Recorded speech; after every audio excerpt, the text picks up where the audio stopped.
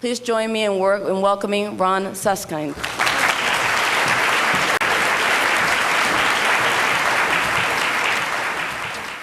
Let me tell you sort of how this book started and how I end up where I am now as an enemy of the state again.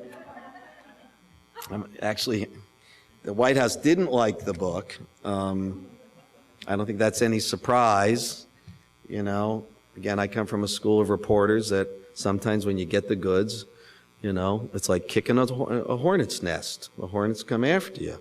Often shows you did something right.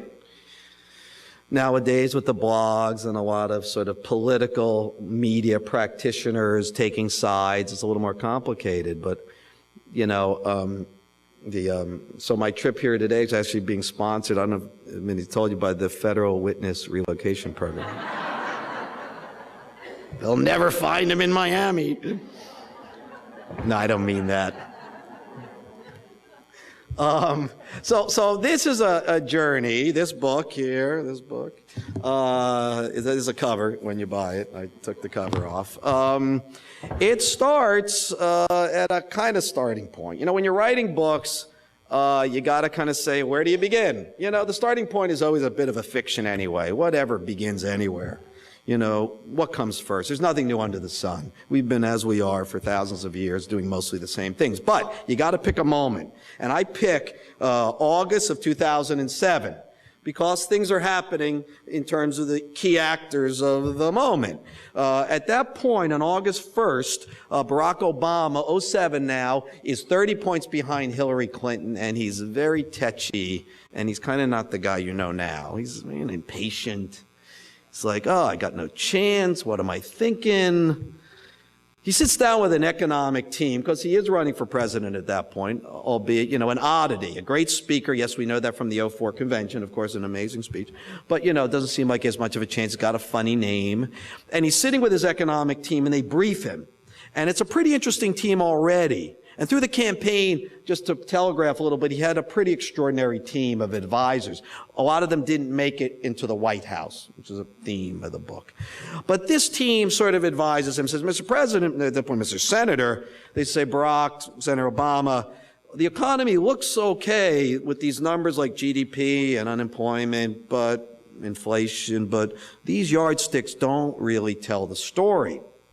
Because, you know, it's almost like, you know, the core of the economy is a little rotted out, filled with debt. It's like a house with the cross beams starting to give. And there's a fresh coat of paint on the house, Mr. Senator, which is debt. They're living on debt. We've got higher percentages of debt, more than GDP, 120% of GDP than we've ever had. It's usually about 40, 50, 60%. So this is where much of American life is being housed economically, in these rickety shacks. Fresh coat of paint, but rotted underneath. One strong wind, they're going down. That is interesting. He sees it.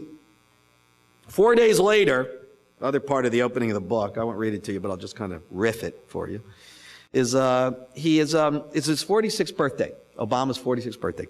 And there's a character in the book who calls Obama up on his birthday. Now, Obama is down in Atlanta. He's speaking at the Southern Christian Leadership Council, Martin Luther King's organization, at a big do they're having. Of course, he's going to summon King, as he often does in these days, his hero, obviously a real American hero for many people.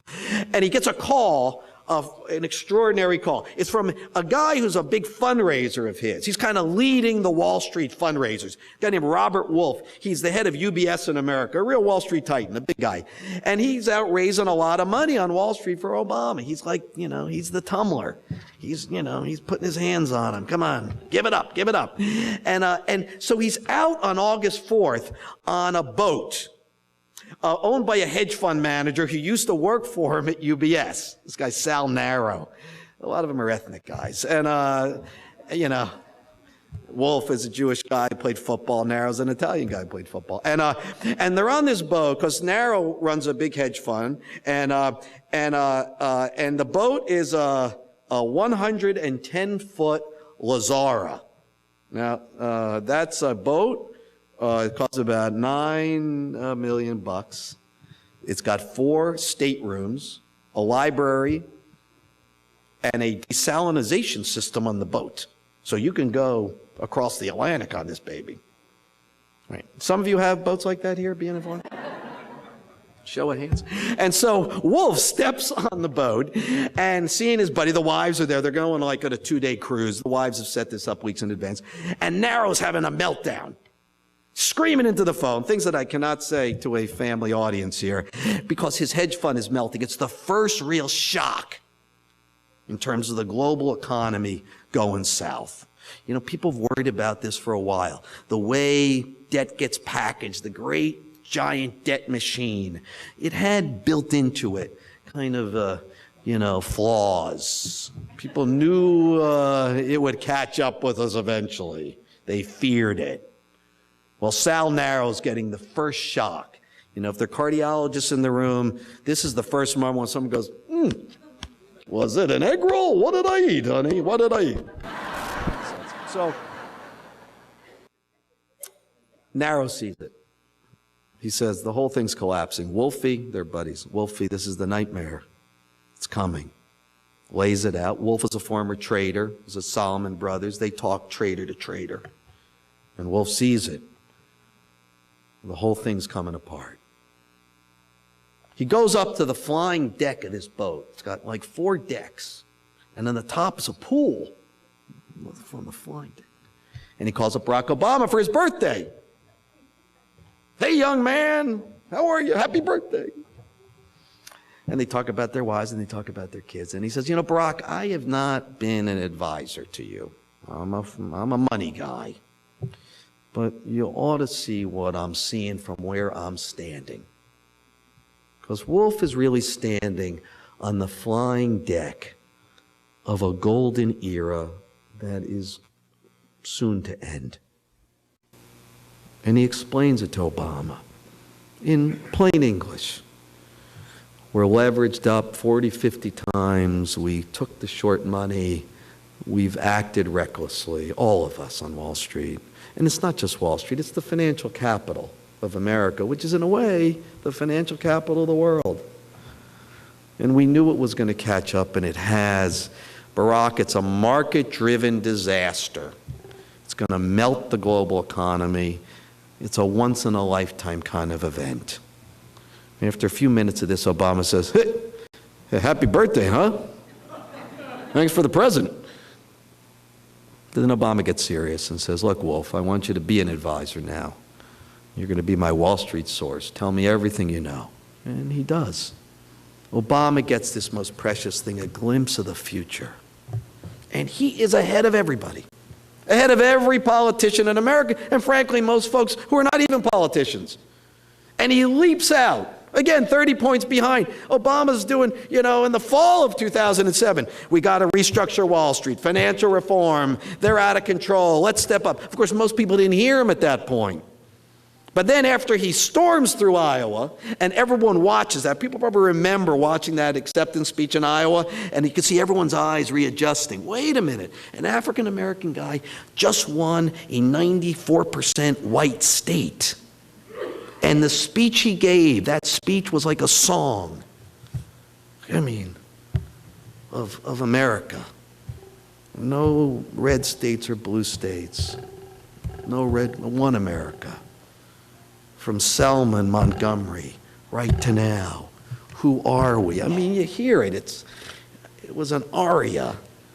And he was flying forward that spring. It's amazing when you go back and report it and you talk to everyone looking back, and they're like, it was like a dream.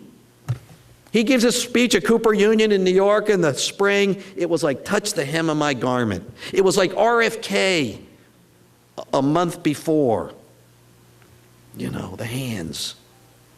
And who does he have around him? Well, he's got this bipartisan, in this era of partisan division, a bipartisan team, ecumenical. Paul Volcker, 6'8", tough love. the king of tough love, former Fed chairman, as Greenspan is collapsing as the great Fed chairman at this point, because they realize, people say, what Greenspan's been doing was creating a bubble and then just moving the bubble for 20 years. Why? Because when these bubbles burst, they were littler, then they got bigger and even bigger. They cause a contraction. It's politically really inconvenient, right? Well, Greenspan's innovation. Let's make sure the bubble never bursts. Just keep moving it. Going to keep getting bigger. We'll go from internet bubble to mortgage bubble. Ooh, that's a big one. Well, that bursts. And who's standing up there as the great Fed chairman of the 20th century, Paul Volcker? And who's he standing behind? Barack Obama. And who's around him? He's got Bill Donaldson, the SEC chief under Bush, a Republican. Volcker's been a Republican most of his life. He's got Robert Reich, the liberal labor secretary under Bill Clinton. He's got Joe Stiglitz, who of course is a bomb thrower, on the left. He's got Robert Wolf, Wall Street titan. How does this happen? Well, they're scared. These are honest brokers, the kind you'd hope for. They see the great ship, USA, is going toward a waterfall. Bear Stearns just went down. We got to do something.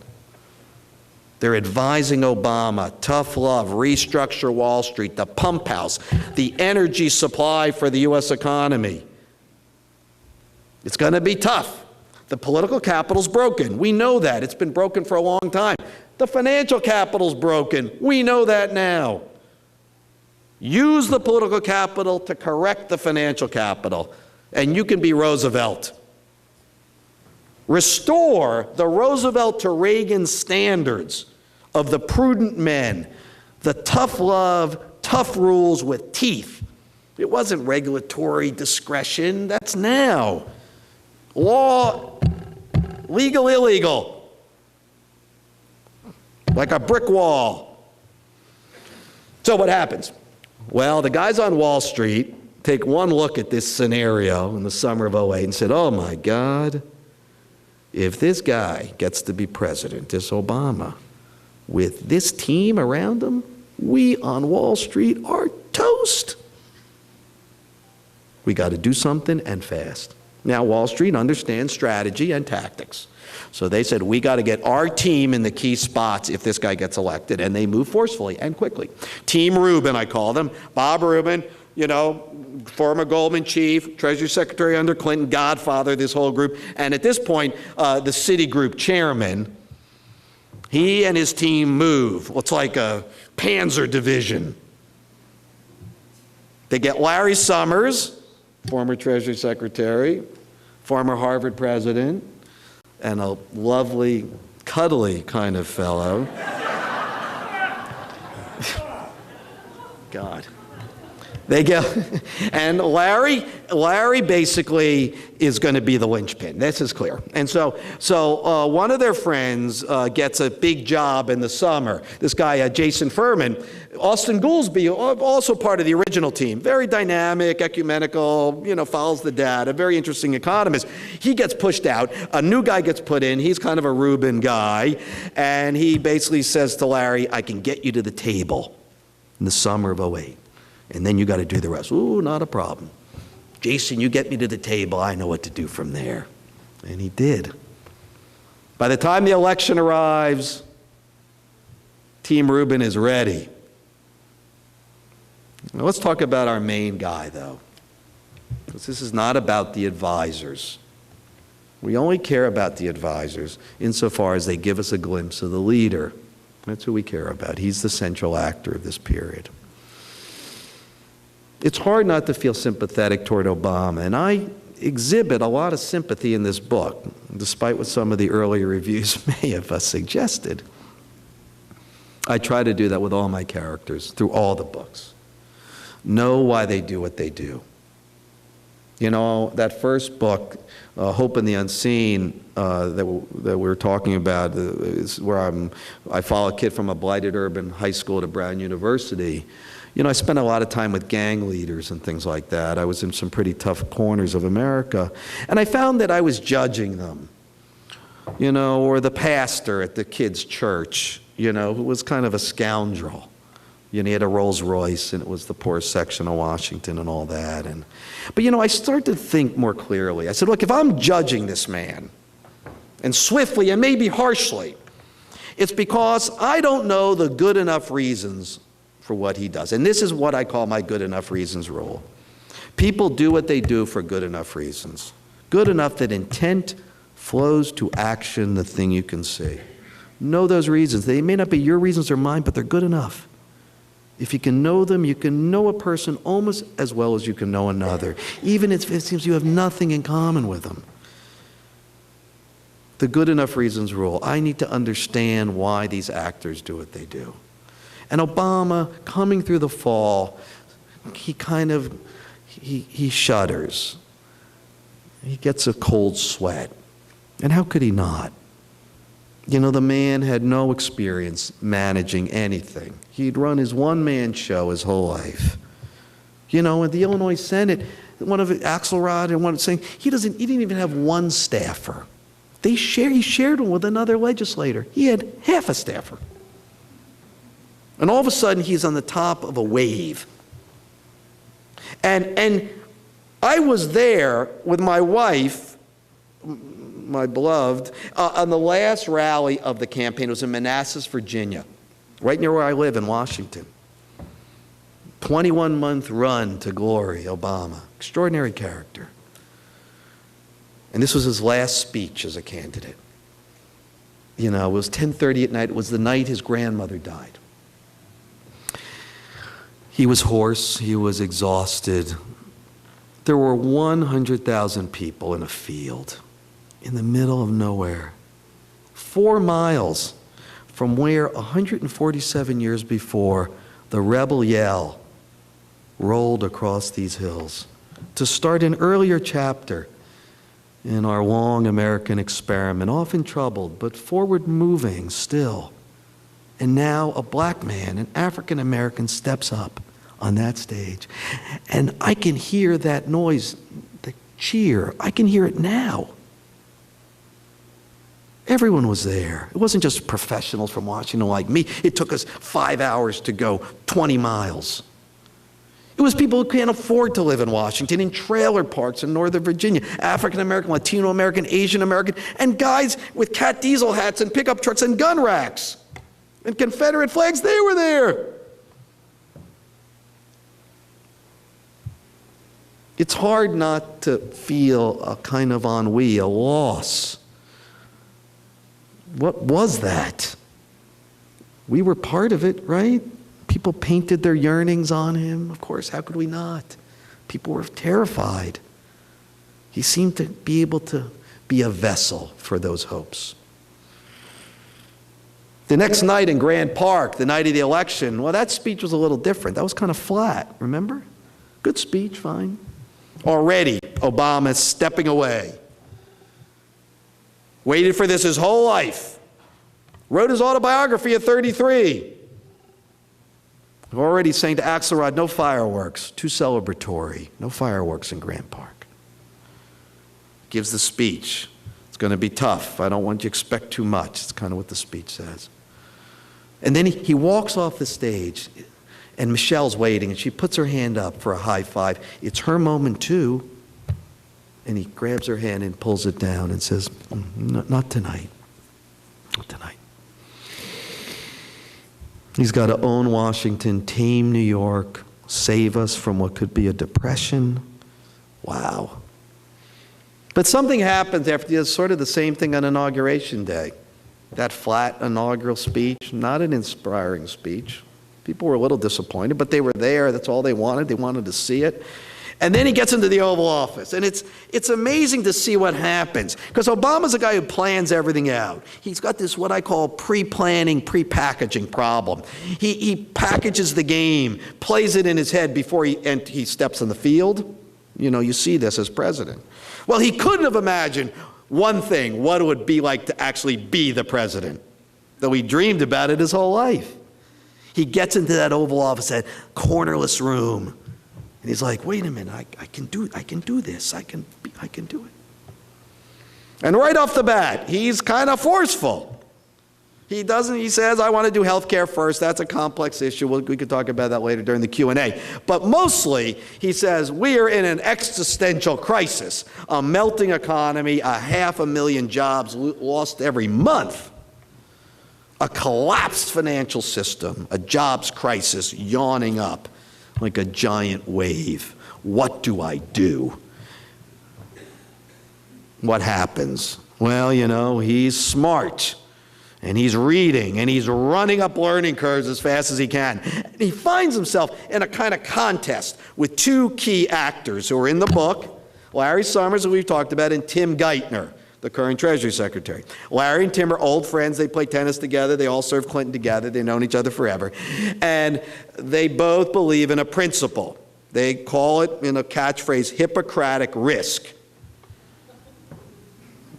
First, do no harm. This is kind of a corollary to the principles of market efficiency, almost like a religious concept. That the markets always figure it out. They always work. Let them do what they will do. This, of course, is the philosophy across several decades. What is government's role? Just get out of the way. Hippocratic risk is when you're thinking about trying something. First, do no harm. That's the first principle. This is a very tough rhetorical position to challenge. But Obama tries it. He's reading Krugman, like you are. He's reading it in the newspaper. Has Krugman put out a paper on this stuff? Can I get the paper? He's like self-schooling. Why? He wants to be able to challenge Larry in the debates in the White House. Obama thought he would oversee the policy process, and instead he's just the guy at the table of the Larry Summers Debate Society. Obama, you know, you sit there. And he comes up with it. I want to be Roosevelt. So what does he come up with? Catchphrase is pretty simple. Anyone can understand this. I want to be like Sweden and not Japan. Now, what's that? Sweden nationalized its banks. They had a big bubble, just like we did. The bubble burst. They tried to bail out their banks. It didn't work, and then they nationalized them. They're like, wait a minute, you guys are not even bankers anymore. You're like casino operators. You got to be bankers. We're going to kill off wild speculation as the business model of the banks in Sweden, and we're going to restore the prudent men, boring spine of the economy. It's going to be 363, just like it was. You give them 3% of their deposits, you lend it out at 6%, and you go play golf at 3 o'clock. I don't know, do they play golf in Sweden? I don't know. Whatever they do in Sweden at 3 o'clock, that's what they're going to do. Or Japan. Sweden roared back once they did that. They got it right out of their recession. Japan, no, the banks are special. The government will support them in whatever way necessary, with whatever money they got. Bailout after bailout, and that created 2 decades of stagnation in Japan, just like we have now. We're just in year 3 now. Obama gets it. Geithner is challenging him in the meetings. No, Mr. President, these analogies, they're not quite, some caveats. No, Obama, I got it. Caveats. I think the concept's clear. I want to be Sweden, not Japan. And that's what Obama wants to do. Even Larry Summers, who is an ambitious man, sort of says, I think the president made a decision here. I'm going to go on his side. And he does. Usually Larry and Tim are together. Now they're apart. Obama's rising to his historical challenge. Big meeting in March, in the book. It's reported like a scene out of a movie. Everyone cooperated with this book, as you probably have heard. Everyone's taped. Thank God. And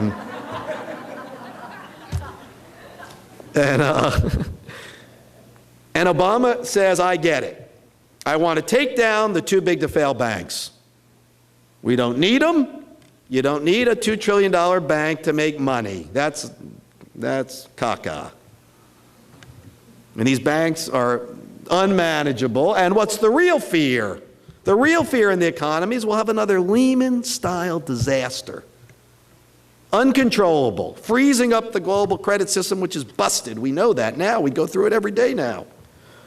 And killing off that fear by showing government can do something right to step up Well, that will free people to feel more confident, to invest, to grow, to say things are going to work out up ahead. That's what we need.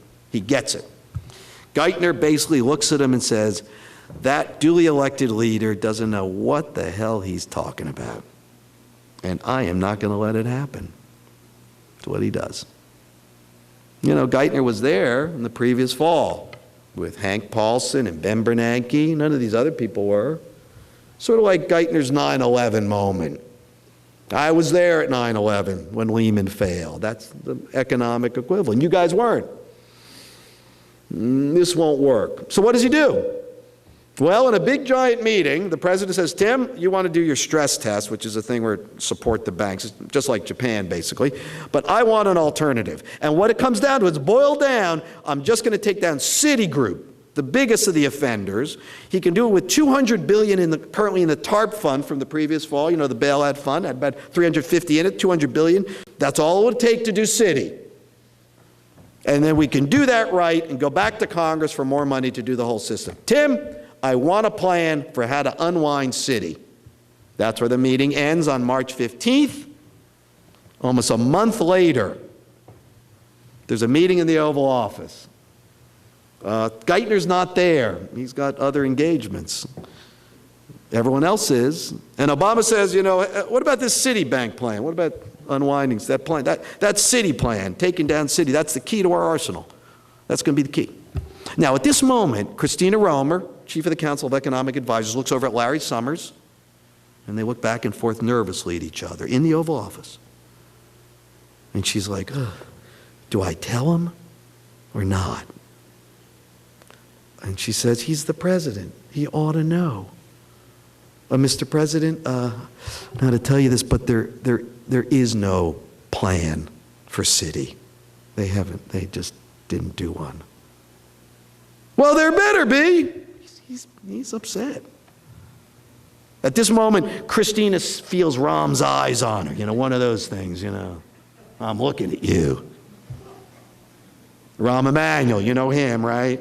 The guy with, you know, he's missing the middle finger, that guy. Obama had a really good line about that when they're in Chicago together. There's some testimony on like 2004, and he's talking about when Rahm lost his finger in some kind of, I don't know what the accident was. And he says, you know, and when he lost that middle finger, he was rendered mute at that point. Gotta like, the guy's got great timing. Obama's got terrific chops. Well, Rahm, you know, he's chief of staff. He's like, meeting ends. Rahm and Larry, they both served Clinton together, known each other forever. They huddle. And Rahm is livid. And Larry Summers is seeing Christie another 15 minutes later. Says, oh, Christie, Rahm is pissed. You know, that you would say that. He said, I can't believe she said that about the Citibank, no Citi, without Tim there to defend himself. And Larry says, but Christie, I defended you. I said, but Rahm, she's right.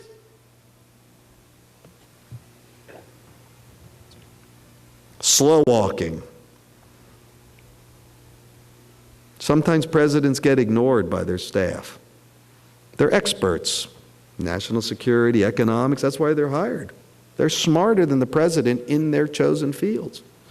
But the way our system works, pretty much for every president, was when the president makes a decision. Whether you agree or disagree, you got to line up to execute it. That's the way the whole thing operates. He's the duly elected leader. You serve at his pleasure. It didn't happen here because these guys felt this man was not ready for prime time. Tim, Larry, and Rahm, especially those three. I talked to the president about this. I talked to everyone about it. I said, what did you say to Tim the next time you saw him? This is arguably the most important decision you made in your early presidency. Clearly, you were agitated. He says, well, I'm not sure if agitated is the word I'd use. I'm like, pick any word you want. What did you say? What were you feeling? And he talked about they were moving slower, the bureaucracy was moving slower than I wanted, and these things are hard. And what happened here is that Obama kind of got the wind knocked out of him. And you see it through the year as we go through the book, and you know, where you see him starting to waver. losing that preternatural confidence. It's really the core of what got him elected. That ability to stand up straight and tall and make his points clear as an unmuddied lake. I can handle it. Just trust me. I got judgment. Hillary may have experience. Remember that debate, experience versus judgment, Hillary versus Barack? Hillary said experience. Obama said judgment. I think if Obama was standing with us here on the stage, he'd be like, you know, experience is also kind of important as well. He didn't have any. Now, I'm just going to jump forward because that year was a tough year, and it's all in the book. Healthcare drifted. He said, that's my number one priority. They didn't do anything. They gave it up to the Senate, to the Tea Party. Then jobs. Clearly, the stimulus didn't work. That was clear by the spring. It wasn't big enough. Should have been almost twice as large. Bad analysis. They just blew it. You know, it's not like it was unknowable, but this is a financial recession. It's not like the recessions from the 80s or earlier recessions. When there's a financial crisis attached to the recession, it takes longer to recover and it's harder to recover. It means you need more money to throw on kindling and get the logs lit in terms of stimulus. They didn't do it. They knew that. But here we are, meeting after meeting, and you've got some people saying we got to be deficit hawks, Mr. President, and others saying we need stimulus, and he simply couldn't make the tough call. All the way through to when Scott Brown, Massachusetts, wins a surprise, and Obama loses his precious supermajority in Congress. He had that extraordinary opportunity. And he goes to his staff, dispirited, in January of 2010. He says, I've lost my narrative. I have no narrative. That's like someone saying, for Obama, saying, like, I've lost my identity. And all of a sudden, there's a bit of light, a change. A shadow chief of staff, a guy named Pete Rouse, a top advisor. He was a brilliant guy. He served Obama in the Senate as his chief of staff, former chief of staff to Tom Daschle, the majority leader. He's kind of Obama's inside guy. He's been watching all this for the first year. He starts writing some memos that are in the book. And the memos are very tough-minded. Rouse is good at this. And he basically says, look, Mr. President, when the Treasury Department or the economic team disagrees with one of your decisions, they relitigate the overall policy, meaning they ignore you. And even when they are forced to accept your decision, they often slow execution. They slow walk it until nothing happens. You need to establish accountability. You need to own this building. Basically, you need to kick some butt. You are the president.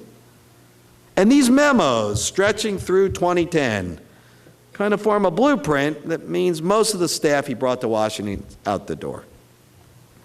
And I'll just finish by saying that Obama, well, you know, I went into the White House after this long reporting period, and I sat down with them. I said, here are the goods, here are the disclosures, here's what I got. And they're like, oy, oy, oy, oy. I'm sure that's not a quote, so don't quote me there, but it's very similar. And they're like, but look, this is past tense. The president has grown. This is after the midterms. You know, Obama got shellacked, but he looks back and he says, I got a hit that clarified things. He gets out, he does the Bush tax cuts, says, I don't agree with that, but I got $500 billion of stimulus for it. He's kind of taking control. There's no doubt about that. Stuff he had Biden, used to have Biden do, he's doing himself. You know, I'm going to broker this deal with my own hands. And then he gives that great speech in Tucson with Gabby Giffords. I don't know if you saw that, but it was, you know, a thing of beauty. It was the last time we had a guy who could do that. I mean, really something special. And that's what Obama thought he'd do more of as president, bring us together. Didn't have much of a chance for that. And then when I'm interviewing him, he's got bin Laden in the crosshairs earlier this year. He's got a new staff. He says, I got the staff I need to be the president I need to be. I learned hard lessons, you know, often against my will from these difficult times. And watch me now. That's where the White House was in the spring. They were ready to own all the truths in this book. And then the debt ceiling thing hit at the end of the summer. All of a sudden they said, it seems like that third act of his resurrection, well, it seems like it's all act two, the disaster. Nothing's changed. And that's why they attacked the book. It's expected, it comes with the territory. But then the question goes back to Obama more than ever. It's not his staff, it's him. Can he grow? Can he rise? Having said that, I will just finish with saying I don't disbelieve Obama. You know, in that final interview, he's quite open and searching and thinking out loud. You know, we've had this battle. We have two capitals. We have really since the beginning of the Republic. New York and Washington, the financial capital and the political capital, have been fighting it out for primacy, for direction of the great experiment of the ship of state. You know, Obama says, I'm ready. I'm ready to be more Rooseveltian. I'm ready to do things that will be of historical note. He says it in the interview. Paul Volcker, who's a hero of the book, he's all over the book.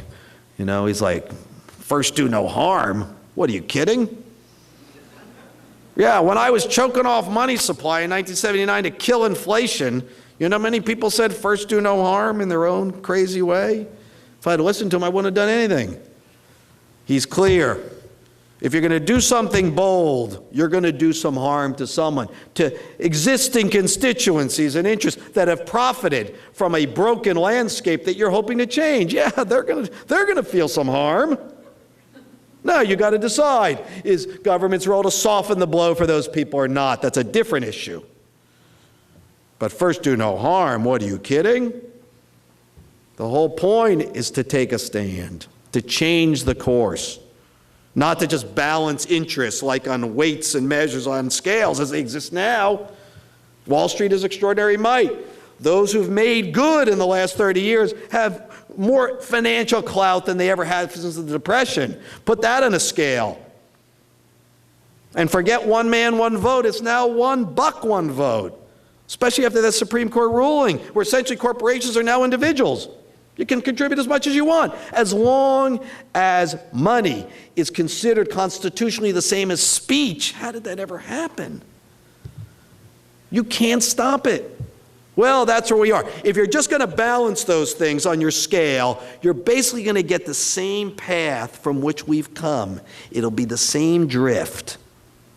Do you think something like Occupy Wall Street, which I've been very fortunate to be a part of and encourage everyone to support, is that something that establishes a constituency for the kind of actions that you said he was reluctant to take? Yeah, absolutely. Occupy Wall Street is just, it's fascinating stuff. And I think it gets right to this issue that our other questioner asked about, is that people see the political process as gridlocked. And that's when you get the Tea Party, too. They're kind of distant cousins. They don't agree on much, but it's not that different. Like, I don't know, do something. Take to the streets.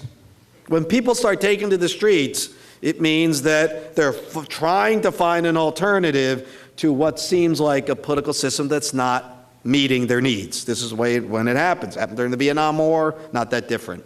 And I think that when that occurs, it shows a kind of health in terms of the way public life gets conducted. Yeah, and they are having effect. There's no doubt about it. It's interesting because you see again and again something that I find in the book, Obama having to be kind of dragged, kicking and screaming to do a lot of things that maybe even he seemed to have promised early on. And there's a lot of that in the book. He's kind of a little bit of the reluctant president here. And the Occupy Wall Street guys are going, come on. We're trying to carry forward your oath in terms of what you said that got you elected. But you can see the conflict. Talk is cheap. Can you do the walk? And there are a lot of things in this book that Obama says he wanted to do in meetings. And he was kind of talked down by Larry Summers and Tim Geithner. Tim's still there. And it's stuff that Occupy Wall Street wants to do. I'll just throw one out, because it's gotten some publicity because of the disclosures in the book. The financial transaction tax. Okay, this has been around for a long time. Basically, it says If you don't like something, tax it. It reduces it. You tax transactions. You try to at least tamp down the wild speculative model that has moved our financial system away from real investment. You know, remember Warren Buffett and Peter Lynch and that whole era in the 80s? They were up against Mike Milken and those guys. They were early financial engineers, right? There was a battle was starting then. Buffett, find inherent value, you know, something intrinsic, buy and hold. What, are you kidding? Hold it as long, just don't, and look away. Don't even go and look at the stock page. Peter Lynch, too. Remember Rand Magellan? His thing was, I talked to my wife today. She bought something she loves. I'm going to invest in it for Magellan. What was that was about? It created a great participatory energy to the whole thing. That's been killed off. You know, the financial transaction tax, and it'll kick off $150 billion a year. Seems like a no-brainer, right? Obama wanted to do it. And at one point, Larry Summers, who doesn't believe in these sort of market interventions, turns to Peter Orszag, who was the head of OMB, and he says, I'm not letting him do it. He doesn't know what he's doing. It ain't going to happen. It didn't happen. Talk is cheap. The question is, what will Obama do? People are they've shorted his rhetoric. Questions, other ones? Go ahead. Yes. You mentioned that the new court decision that speech is money, or money is speech. And it's my understanding that not the bulk, but the primary support that Obama got financially in the election was from Wall Street, financial, banks, and so forth. Yeah. So how much of that played a role in his decisions, and how much do you think that's going to influence him going forward? That's a great question. So you're jumping ahead of me. You're sort of answering that. You're getting right to the core issue here. You know, because both Romney and Obama are raising money pell-mell on Wall Street. Obama raised a lot of money in 2008, but again, he raised money then when those guys were scared. In a way, they haven't been scared since they were in third grade, most of them. That was good. Fear was good. Then it passed.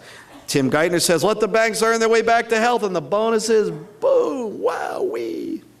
Once the bonuses came back, there was no way you were going to get them to do anything. You'd have to basically wrestle them to the ground. But, you know, it gets right to this issue. You know, you make choices. Choices matter. Part of me saying, I don't know, I mean, obviously I'm not a presidential advisor, but people do ask, why didn't you say, I don't want their money? Obama, I don't want Wall Street's money. I don't want it. I am the president. I don't need their money. I have the bully pulpit. I've got the best stage on the planet. Why do I need their money? For what? But, you know, you take the money, you lose the ability to summon moral outrage, kind of. That's the problem. And they know that, which is why they're standing there with their checks for you. You know, I think what happens is that in some ways the transparency we see now is not necessarily the best thing in the world. When you get a lot of these guys in private, which I do sometimes, they're like, oh, my life is a nightmare. And I wish I could be like a grown-up and follow the stuff where it leads. They know right from wrong, you know, but also, you know, they profit from often not exhibiting that in public. You know, I mean, part of what the moment demanded was that Obama did have a chance to really call them out. They were scared in those first 6 months of 2009. And interestingly, this is something I think would hearten you if you're a Republican, is that what I found in the reporting is that you had both Republicans and Democrats coming to Obama saying, step up, especially on financial restructuring. It's an amazing moment I found in the book, because at the end in the reporting, I was talking to Rahm Emanuel. He's like, I gave the president good advice. He didn't always heed it. And so I said, well, give me an example. He's like, well, after Tim Geithner's stress test, basically Japan, after that pretty much was underway, we knew the banks were going to go and make a lot of money. But before they did, I was getting Republican senators in the spring of 2009. It's fascinating. Richard Shelby, others, you know, conservatives, going to Rahm Emanuel saying, let's do it now. Let's just get it over with. Tough financial reform, even restructuring. Yeah. Republicans and Democrats together. Because, you know, there's a lot of political capital to harvest, right? You know, there were buses going to the AIG executives' houses with bullhorns. Remember? And they were out in front of the Goldman Sachs lobbyists in my town in Washington. People were outraged. So the Republicans said, look, there's a lot of political capital here. We just want to get a piece of it. So they go to Rahm. Rahm goes to the president, a big meeting in the White House, and he says, Mr. President, an extraordinary thing's happened. You know, this is bipartisanship. You keep talking about that. I've got Republican senators coming to me saying, let's do it now, let's be tough. And he says in a phrase that I'm sure a lot of you will like, he says, Mr. President, now's the time for Old Testament justice. Bingo. Now Obama, it's interesting, Ron, you betcha. But then Tim Geithner and Larry Summers say, I don't know. That sort of action, first it'll take longer than Rahm thinks to do financial reform, and it'll create regulatory uncertainty and overhang, caution. That's what he went with. But Republicans and Democrats were together. In crisis, they tend to be.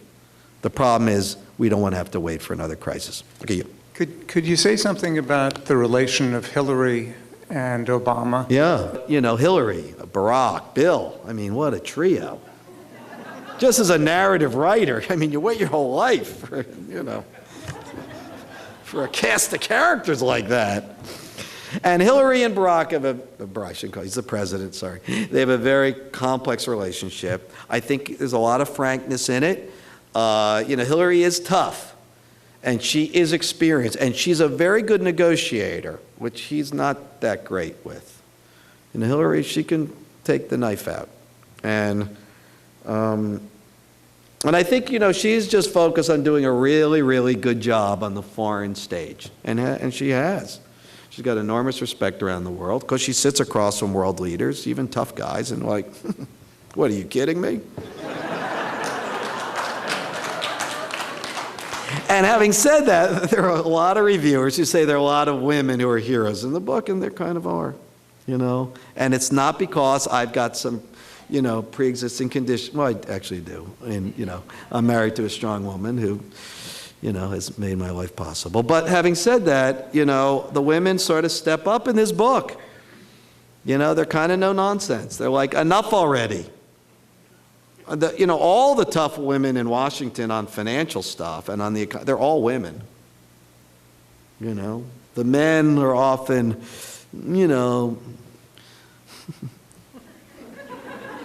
I shouldn't say this. Are we taping this? Are we off the record? Some of the men have I find they have a little bit of envy toward the strong men of Wall Street. It's unseemly. But the women don't. And the women basically time and again, whether it's Brooksley Born or Sheila Bair, she's in the book, she's tough. Of course, Elizabeth Warren, whoa, she's in the book. She's the opening scene in the book, and some reviewers said this was Suskind was doing a setup here. Why? Because Warren was speaking in the fierce tones that people thought Obama would embrace. She ends up being kind of a proxy, like a vessel for the might have been with Obama. So the opening scene of the book in the fall, right before the midterm shellacking, it's Obama and Elizabeth Warren and Tim Geithner, the three of them. When Obama says, basically, that after all this hubbub, that Elizabeth Warren, who from her law school office at Harvard, dreams up this idea for an agency in Washington to really protect people against the predations of the financial system. And you don't blame the financial system. If they can do it and make money, they're going to do it. It's just the way the world works. But they ought to be protected. She comes up with this consumer agency, dreams it up, breathes it into life herself. And then there are rap videos. I mean, when was the last time a regulator had rap videos written about them? She was like Ralph Nader with attitude and a dress. And it was right there for him. It's like, again, there's stories here. It's just a big story of who we are. And I don't say yay or nay. I just let it unfold. It's a drama of the times. And there are a lot of characters. They weave in and out just like in a novel or a movie. But you can feel what people are feeling in present tense. You can't look back, 20/20 hindsight. That's not what we do. I just let them go forward. So here we have Elizabeth Warren standing next to Tim Geithner and the president, and he gets up there, even after all the hubbub, and all the base, mind you, from the campaign is like, just make her the head of the agency. It'll energize the base. I mean, you've neglected them. You just abandoned them after the amazing 08 campaign. You know, I write in there, you know what they like? They're like an army that is, you know, just sitting there eating up the leftover rations. You know, most of them have drifted back home. There are a couple field marshals, a couple generals left. They're like, the pointer. Obama gives her a head fake. Nope. So she's going to help us stand up the agency, but she won't be the head of it. And Elizabeth Warren has a meeting right before this when she kind of is auditioning for the big job. And let me just tell you one thing a Wall Street guy said to me, which gets right to the heart of it. I said, what's your deal with Elizabeth Warren? I don't get it. What she really wants to do is just restore the basic regulatory structure. You know, just, you know, consumer education, you know, from Roosevelt to Reagan. You know, I mean, anti-fraud stuff. I said, you know, you guys on Wall Street, you're not officially in favor of fraud, right? I mean, what's the big deal with Warren? Well, it's not that stuff. That's just, you know, no, it's not that at all. This guy says, very self-satisfied guy, but it was late at night and he was feeling he's ready to commit some truth. No, it's not that, Ron. It's that she's playing on a cultural landscape that Obama used to play on as to who we ought to be and all that stuff. We thought Obama would do that, but he didn't. No, she's doing it. But look, if she gets that job, here's the problem, is that she'll get replicated by 1,000. That the financial crisis would have created one actual innovation. A rock star regulator will be toast. Really talented people will go down there and they'll want to serve their whole life in public service under her. Look, instead of waiting, oh, when's my lobbying shot coming up? Oh, let me check my watch. Oh, I get to leave government and make 18 times what I used to make unwinding everything I did. No, we can't let her get the job. We got to kill her. They did.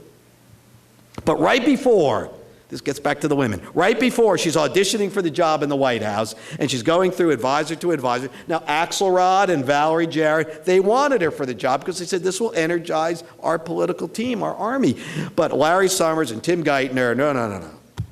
And finally, she sees Christina Romer, okay, woman to woman. I love this. And Romer's on the way out the door, and she's the one who's been pushing for more stimulus, you know, for Obama and to embrace sort of moral action in, you know, do something. We have a jobs crisis. But Romer's leaving, and she's a little skeptical even about Warren herself, because Tim and Larry are so forcefully opposed to her. So Warren sits with Romer, the two ladies in Romer's office, and Warren makes her pitch. Here's what I want to do. She wants to start right off the bat, even before she's confirmed, to have like Procura hearings.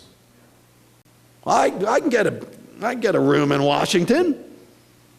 I'll call the Wall Street guys in front of my committee. I'll tear them to shreds. We'll set the dialogue. We'll create it. And finally, Romer looks at her. And she's sitting there. She's like, God, you know, I'm with you now. I'm with you. You count me in. You know, but she says, why is it always the women? You know, we're the only ones with any balls around here. You wait your whole life for a quote like that. Okay. I'm just going to finish up quickly with a little thing that I do think about along with my big basset hound friend Sam Irvin. And it's something that's sort of interesting. The first book that I talked about, A Hope in the Unseen, where I follow my young friend from the blighted urban terrain to the Ivy League. Well, apparently it's Obama's one of his favorite books. And he's been talking about it, and we used to talk about it, and of course I've been talking about it for years. It was published in 1998. I write this book, and we're driving through Washington, through Cleveland Park, with my wife, and my kids are in the back seat, and we hear a grainy thing on the radio. It's Martin Luther King's birthday. And NPR, obviously I'm an NPR listener, as many of you are, I'm sure, they're running this old grainy tape from way back, early 60s, where King is in a backwater church. And he's explaining to those gathered that the anthem of that movement, I think the great social movement of the 20th century, no doubt about that, will be, "We shall overcome." Now, of course, in the churches, it was always, "I shall overcome," a statement of personal testimony, individual. And King says, no, it's got to be we. Because you do something big, something that changes the path of who we are, well, you got to stick together. So it should be, "We shall overcome," because we, up ahead, will be reviled. We will be spat upon. We will be hated. And some of us will suffer physical death, so others will not know the psychological death of ignorance, bigotry, of racism. And you can hear, even on the old tape, you can hear the church get quiet, as though their champion has dropped his sword. And you can hear King in a call and response responding. He says, no, be not deterred, be not deterred. He says, you see, and he says this amazing thing. He says, you see, the arc of the moral universe is long, but it bends towards justice. Oh, after all he'd been through already by the early 60s, and all he was certain and right was in store for him. The arc of the moral universe is long and bends towards justice, bends towards justice. And we're listening, my wife and I drive in the car, and we start bawling. And of course the kids are in the back seat like, ah! Dad's crying, what's it?